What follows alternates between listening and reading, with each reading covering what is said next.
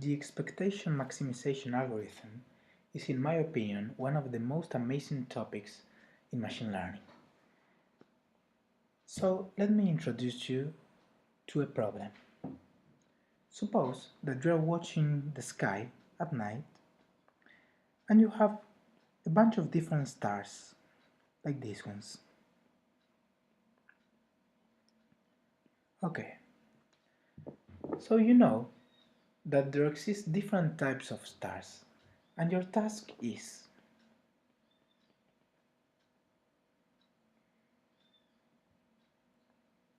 given the existence of different types of stars. This is all the information you have, that there exist different types of stars. Classify these intensity points. Now these are intensity points. This is a point of less intensity. This is a point of more intensity.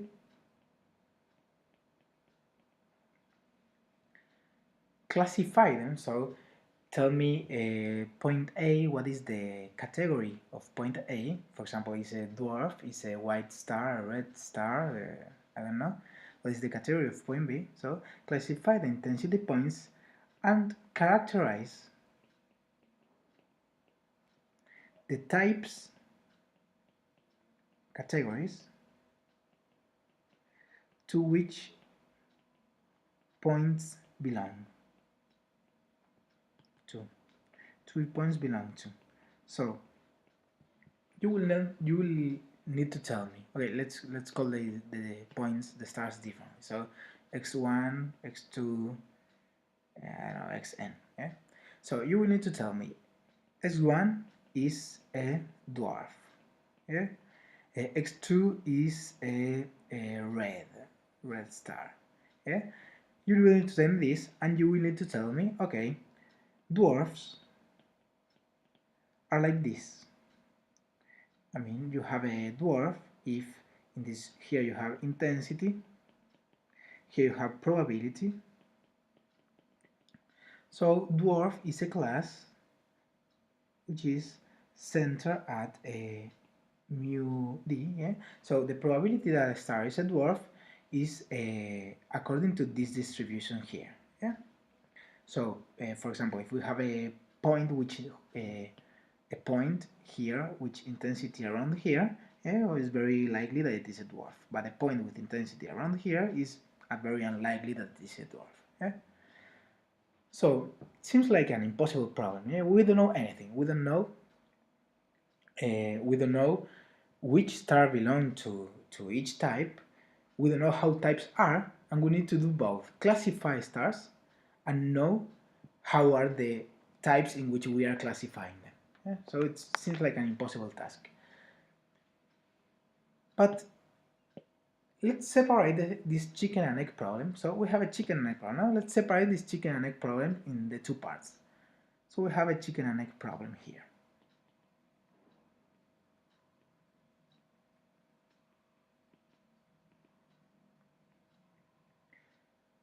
So let's say 1.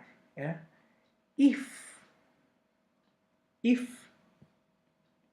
we know the types, if we know the types, like this is a type, no? Like this here is a type. Yeah? If we know the types, if we know the distribution of the probability of stars belonging to each type, classifying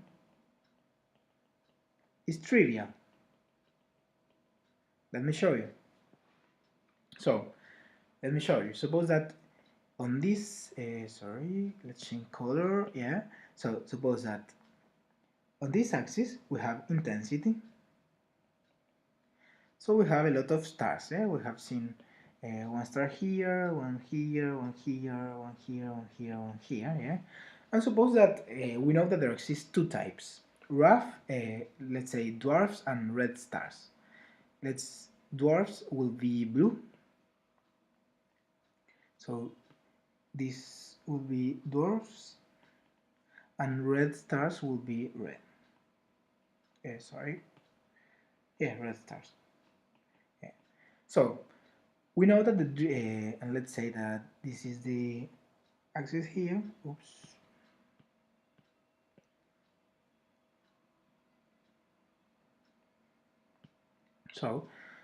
So we know that red stars have a distribution around here of intensity. We know that blue stars have a distribution around here of intensity. Yeah, with a mean and a deviation. So dwarfs are characterized by the mean mu d and the deviation, yeah, and the assumption that there is a normal distribution.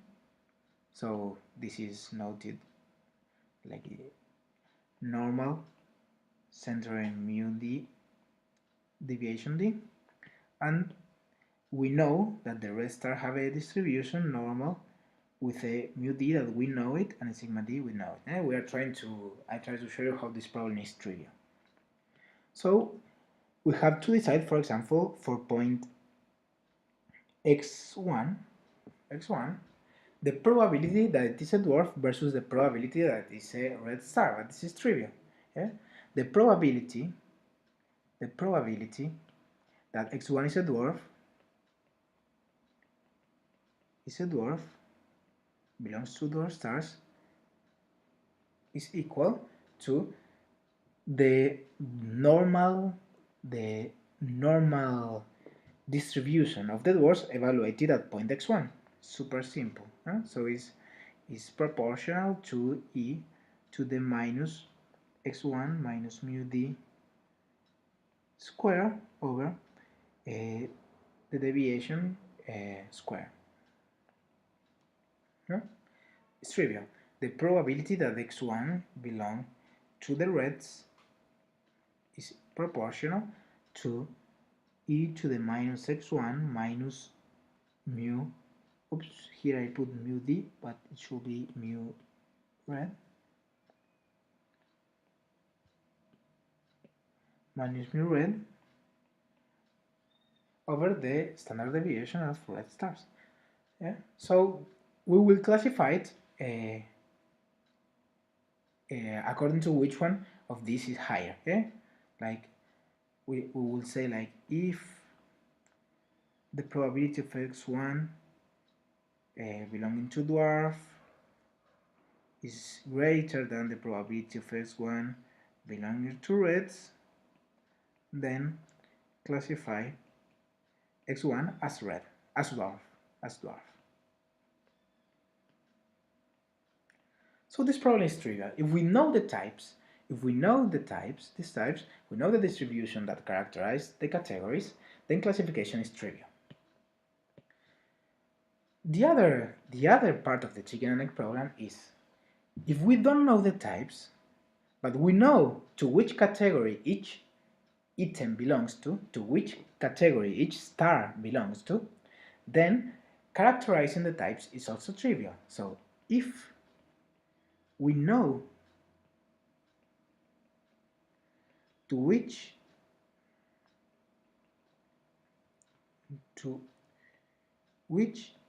category each star belongs to,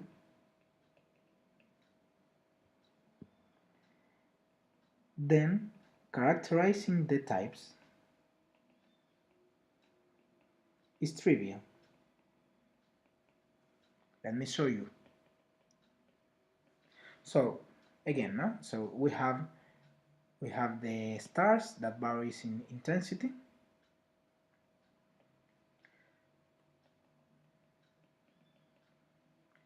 We have, but now we know which of these are dwarfs and which of these are red stars. So we know this is a dwarf. We have dwarfs here, dwarf here, dwarf here, yeah, and we have red stars here, here, here, here, yeah. So now we need to characterize how are the dwarfs and how are the red stars distribution. It's pretty simple. Just use this point, calculate their mean, their standard deviation, under the assumption that they are Gaussianly distributed, calculate the mean of this, standard deviation of this, and simply plot the Gaussian with this standard deviation and this mean, and the same with the red stars.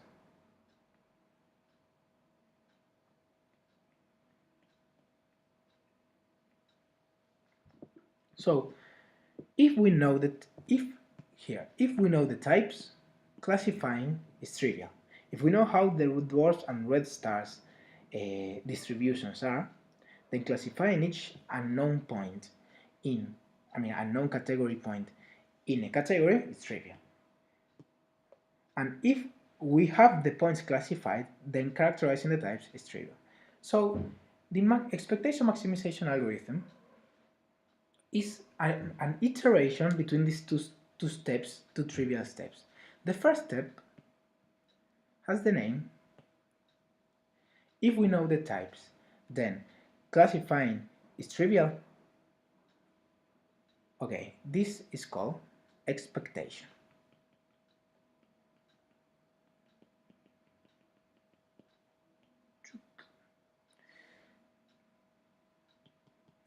Expectation.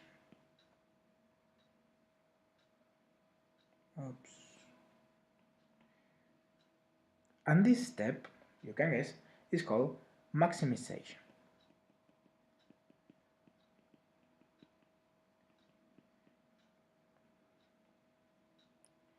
So the expectation maximization algorithm, it tried these two steps. How does it work? Okay. Suppose we have a lot of points that are our stars over that vary in intensity. We have points here. Okay?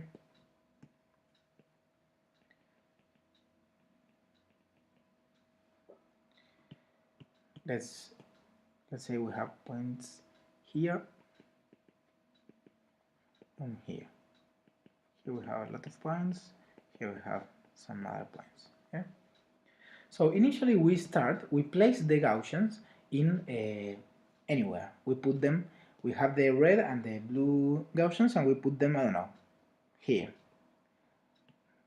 Both of them, we put them very close, which means that we, in step 0, we start with random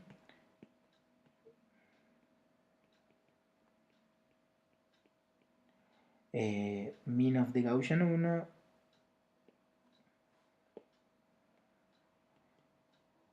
mean of the Gaussian 1, deviation of the Gaussian 1, mean of the Gaussian red, D, and deviation of the other. Okay, start with random, place them anywhere. Okay? So the next step is the expectation step. In the expectation step, we like here now, like given these Gaussians, we classify the points. Given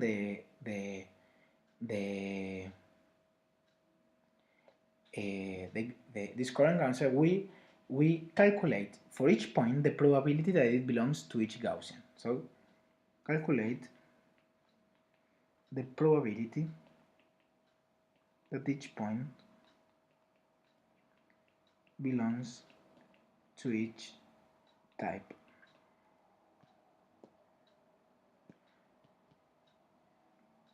So under this, under the distributions that we invented, we classify the points. So for example, this point here will be classified as red. We don't classify them, we calculate the probability of classification. So they are not completely red and completely blue, but they are like a mixture between red and blue. No, that like each point has a probability of belonging to the red, a probability of belonging to the blue. Okay? So, but suppose that I am here. I'm drawing the major probability. Okay? Like which one is bigger? Here, this one will classify as red, and all the rest will be classified as blue. The same points that we have before. Now we have a lot here. Yeah. The next step is given.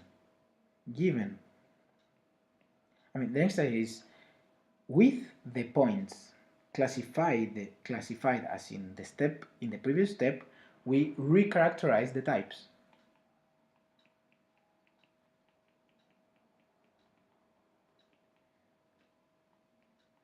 As in previous step,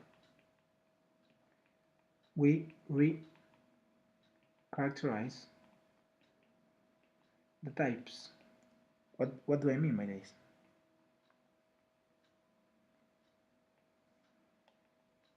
So using these points here, yeah, we characterize the distribution of the types. Like we have these red points here, these blue points here,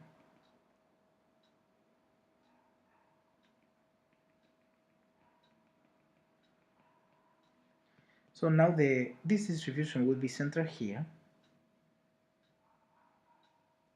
This distribution will be centered here because we are repositioning them. So the mean of this is here, the mean of the blue points is here, and they have this deviation, and here they have this deviation. Okay?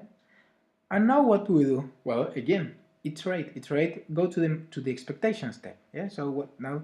I'm not going to draw it again, but using these distributions, we classify again the points. So this point now will be red. This point now will be red. This point now will be mixture between red and blue. Yeah, and again, when this point is red, this distribution will move here in the next step, and we will end up having classified the points and classifying the types. So this is the main idea in the expectation maximization algorithm, and it is important to note that the expectation step, calculating the probability that each point belongs to each point, can be implemented using Markov chain Monte Carlo, where each step visited in the Markov chain Monte Carlo is taken as an estimation, and we estimate the probability when it is not very easy to compute, like in our current example. So please, any question, refer to the comments. Thank you very much for listening. Bye bye.